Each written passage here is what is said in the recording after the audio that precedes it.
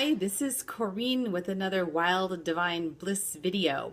So, what I have been thinking about lately is how I navigate having this Kundalini energy alive and moving in me, as I talk about a lot, and also going through deep processes where I'm still unwinding a lot of things that exist in my subconscious.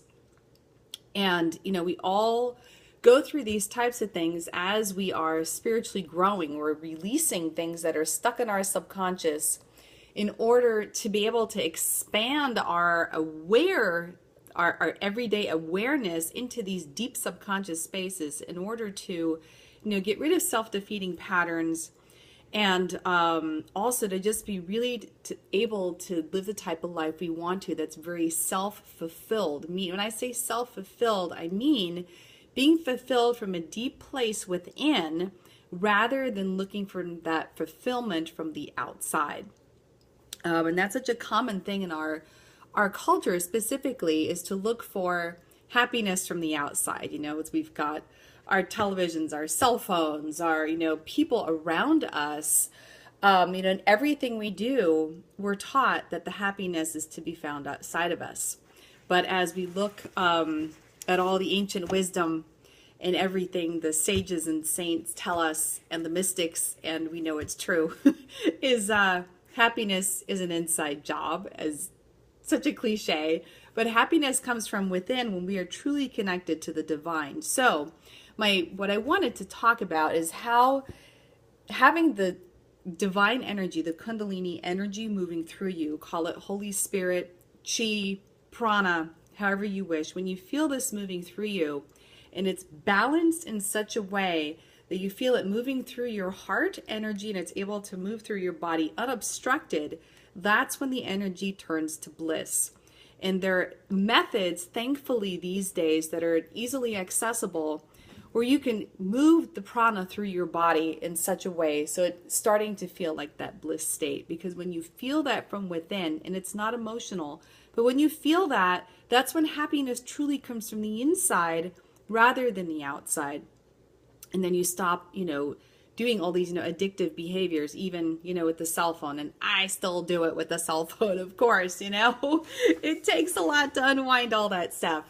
But something that's really been on my mind, it recently came to my attention that my childhood, from when I was up until I was about 6 years old, was actually far more traumatic than I had ever imagined. I finally talked to my mother about what happened with my father. He actually died of alcoholism.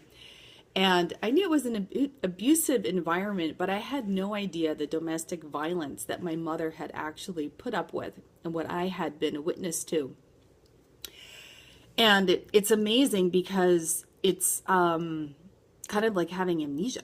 And I knew there was a little bit of that, but the extent of it really surprised me. And so when I had this conversation with my mother, I was really excited about, wow, this is another piece to unwind, because I know when I delve into that, I can actually retrieve those places in my mind that are not conscious, and I can unwind the cognitive load from my last video. If you remember us talking about cognitive load, how it actually puts stress on our brains when we're trying to repress things. And then when we're able to retrieve and remember things, it actually gives us a lot more energy to maneuver through our days and our daily life, and also even increases our intelligence. It's super cool. So what I'm doing now is really taking a look at how I can evoke these feelings and evoke some of these memories. And last night I even had a dream, and it was like terrifying, but it was beautiful, and I'm excited. It's like so fun to say I'm excited about being terrified in my dreams, because I really feel an overlap of those two emotions, because I know how much more freedom I'm going to experience because of that.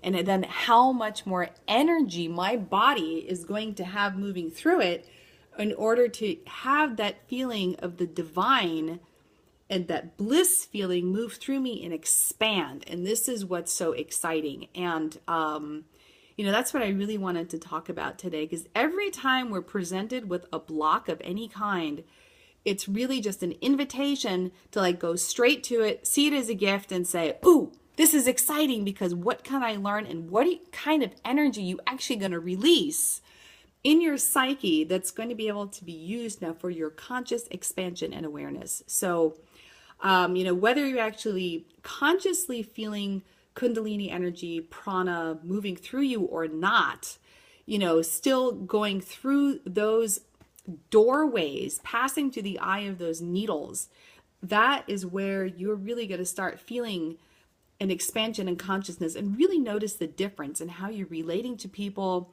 and whether you're walking through life more and more with a peaceful state of mind, rather than being caught up in the story, because that's so easy to do in our society with the reflections.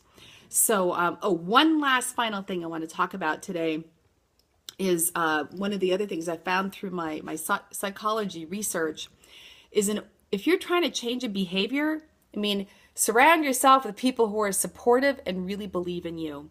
And this is one of the keys. And I think I want to talk about that in my next video and talk about the power of that and how to maintain these changes that we really want to create for ourselves. So that's it for today. Bye.